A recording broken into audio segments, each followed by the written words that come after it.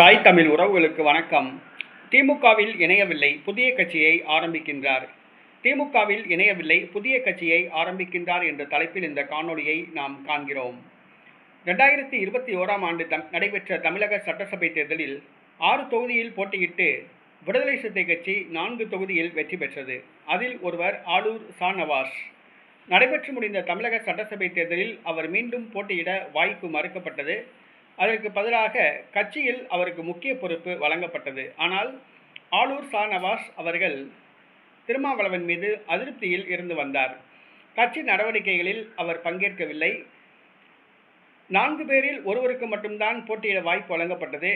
அதில் முன்னாள் எம்எல்ஏ செய்யூர் பாபு, பனையூர் பாபு அவர்கள் திமுகவில் இணைந்து விட்டார். ஆளூர் ஷாநவாஸும் விடுதலை சிறுத்தை கட்சியிலிருந்து விலகி திமுகவில் இணையப் போவதாக செய்திகள் வந்தன. அவர் திமுகவோடு இணக்கம் காட்டினார். இந்த சூழ்நிலையில் அவர் அதிரடி முடிவு எடுத்துள்ளார்.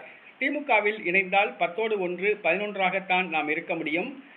நமக்கு முக்கியத்துவம் கொடுக்க மாட்டார்கள், முன்னிலைப்படுத்த மாட்டார்கள். ஆகவே திமுகவில் இணைய வேண்டாம் என்று முடிவு செய்துள்ளார். அதற்கு பதிலாக விடுதலை சிறுத்தை கட்சியிலிருந்து விலகி புதிய கட்சியை ஆரம்பிக்க முடிவு செய்துள்ளார்.